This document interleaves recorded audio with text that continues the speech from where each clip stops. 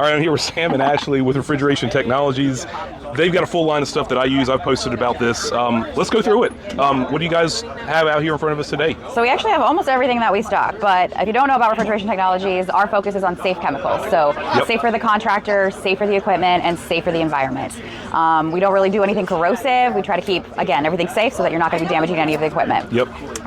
So I'll start over here with our heat and brazing products. Oh yeah. We've got, this is the fun stuff because there's fire involved. So we've got our awesome heat shield, wet or dry, super effective, double-sided.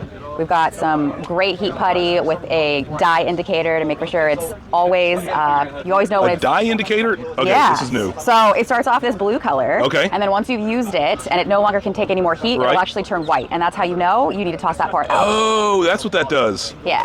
So you use it about 40 times. Gotcha. I've noticed it changing color on me and I didn't know why. So that is... So maybe get rid of the pieces that have changed. Well, I've only had like the same can for the last 2 years, so maybe I need to get another can. All right. It might be time. Yeah. Obviously, everybody knows the Aerosol. This is a phenomenal product, super powerful cleaner and degreaser. So the Aerosol, what kind of chemicals are we putting in the air there? Is that something we should be concerned about? Great question. So a lot of aerosols actually have a chemical safety symbol on the back that is a respiratory hazard. Right. Ours does not have that. We are one of the few that does not have that symbol on it, so you're safe when you're using it in a closed space. You're also not going to, when you turn that unit back on, you're not pushing any hazardous fumes through the house or through the business. Yep. You're good to go and safe. You can actually eat this. I don't recommend that, but you could. If I was really hungry, I could. Okay. If you're really snacky. Gotcha. Well, it does sort of look like it would look good on strawberries. So it might. It does have a little whipped creamy consistency. Well, that's really cool because I am a real big proponent of good indoor air quality and using less chemicals in the space if we can. So if we do need to apply a chemical, we might as well apply a safe chemical inside in the breathing zone. What else you got? Absolutely. Wipes, also really cool. I think a lot of people kind of miss these. Yeah. Double-sided. Oh, nice. So people they miss this part too. You can unfold it, and it's got a soft side and a textured side.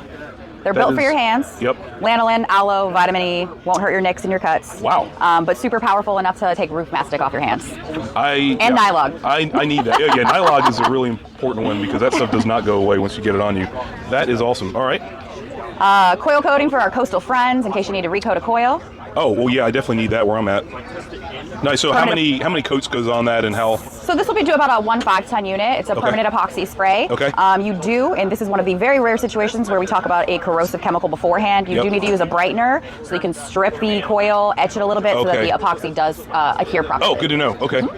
And so I'm sorry to get back to that, but that is like really interesting to me. How long does that typically last? It's going to depend on where you're at, what's happening.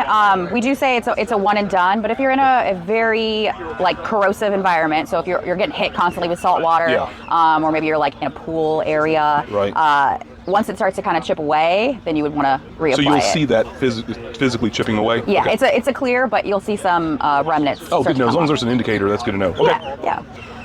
Evaporator cleaner, typically pretty straightforward. That's what makes evaporator coil cleaner different than condenser. It's not only a little bit more mild, right? But it also has a biocide. Is that what it's called? Or? Yeah. So we refer to them as enzymes. I can't talk about them. I don't want to have to hurt you later. That's all right. We don't want that. So there's actually 3 enzymes inside both of our evap and our pan and drain that break down essentially, if you kind of think about food, your carbs, your fats, your proteins. It goes to work on those 3 particles to break those down to eliminate any smells or grossness, essentially. I love the pan spray.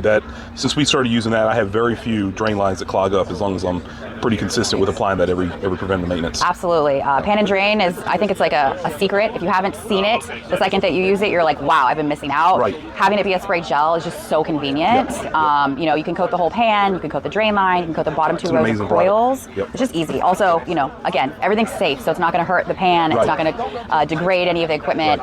And then something else that, if you don't know, once this hits pan after condensation, it actually does leave a thin layer of silicone down to help keep future growth from happening as well. Oh, I did not know that. No wonder why it works so well. Very good. I think everyone kind of knows Big Blue. This is what made y'all famous. This is where we started back in 1987. We are the truly only micro leak detector. Our Big Blue will detect 0.65 of an ounce per year. We're talking tiny, tiny leaks here. So if you're not using this, you probably should be. Right. It is head and shoulders above anything else that looks like it, that claims to be it. Yes. Trust me, I've always gone back to Big Blue. Yep. And then we do also have Sub-Zero here. So this is for our cold weather friends, or somebody's working in a chiller or walk-in. Refrigeration. refrigeration. This will not freeze. Yep. That was always kind of a pain. It's like, well, how do I put it on a system that's already running, that's running below 32? Gotta get you some Sub-Zero. Yep. Foam gun, for the most part, pretty straightforward. We've got kind of two delivery methods. We've got our foam sprayer and then our gun. These are actually set up to work directly with our Venipacks. Since our Venipacks are super concentrate, they need more water than your standard gallon jug would. So our dilution ratios on here are perfectly paired up with those packages. Oh, nice. So they work together. Brightener, like I said, we don't really try to push that because we don't really believe in using a lot of corrosive, especially for your regular maintenances. There's only a couple situations where you'd really need to use them. And then, our standard condenser cleaner, it's microchannel safe, it's aluminum safe, it's just safe in general. It's microchannel safe also. That's good to know. Yeah. So it does actually say it on the bag. This is probably one of the most common questions that we get. Well, maybe we should just start reading labels more. I would agree. It's like reading the manual, right? Yeah, we just don't do it. So you talked about the brightener. Why should we not have this mentality where every condenser coil on every coil cleaning we need to see foam coming out of it, and we need to see that thing nice and bright when we leave? Why is that mentality something of the past? Yeah, so you see that bright, shiny coil because you're actually stripping a layer of metal away. Yeah. So a bright coil is not a good coil, right? You're harming the coil. So it's actually going to fail faster. It's not a good situation to have. And really that foam, that really heavy foam that you're seeing with the brightener is actually a chemical reaction. So we do have some foaming action in our condenser. It's not quite as high foaming as our brightener. But you're going to save your coil with this. I've always thought that if you stay on top of your condenser coil cleaners, typically in a residential application, maybe not commercial kitchen application, but do you really need to be putting a harsh chemical on it year after year, especially in what we run into in residential? What are your thoughts on that? I would completely agree. The couple of situations that we recommend to use a corrosive, so one, right before a coil coat, obviously because you do need an etch for the epoxy to stick. Two, super neglected unit, maybe it hasn't been cleaned in years, it's really nasty. Certain restaurant situations because there's heavy oil use and that can be really sticky and difficult to clean. And then the last one is if you have a lot of calcium buildup. So if maybe you're working in like a chiller situation with really hard water. But that's it. You don't really need a corrosive chemical to clean your normal standard run-of-the-mill equipment. You really can just get by with these are very powerful cleaner, degreaser. They're just not corrosive, right? Keep the coil healthy. And now I have not done a lot of content on the thread sealant there, so talk about that next. So our Nylog White is basically our version of a pipe dope. So people, I think, don't typically see this one. They know the red, they know the blue. So you can use that anywhere that you would normally use a pipe dope. So gas, water, glycol, air systems. It also does not harden and it does not dry, and it's food safe. Is it also rated for propane? Yes. Okay, good. That's because not all pipe dopes are rated for natural gas and propane. Sometimes it's one or the other, so that is awesome. And then the Nylog blue and red. We should know what that is, but go through it. Let's hope so. So our Nylog products are thread and gasket sealants. So you can use this on the face of the flare. Again, you're using just a few top drops. You can use this on threaded connections. You can use it to keep like your Schrader core moist, any gaskets, O-rings, anything of that nature. Really, if you're working on lots of different types of systems, use the blue. The blue is universal. It's also good for all of our A2Ls that are coming out, so we're good there. Really, the red is for your older mineral oil systems, but the blue will work for both. Gotcha. And will it add contaminants to the system? People talk about that online all the time.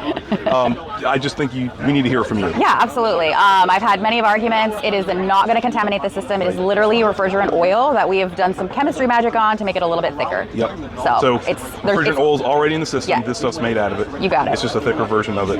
Nice. If you know John is very he's very old school. Let's not put stuff in the system. Let's not harm the system. So, I mean, I think that is key when we're talking about our products, especially Nylog. Like, he doesn't want contaminants in there. He doesn't even believe in injecting, sealants through other, like, not these types of sealants, but like your like whole sealants.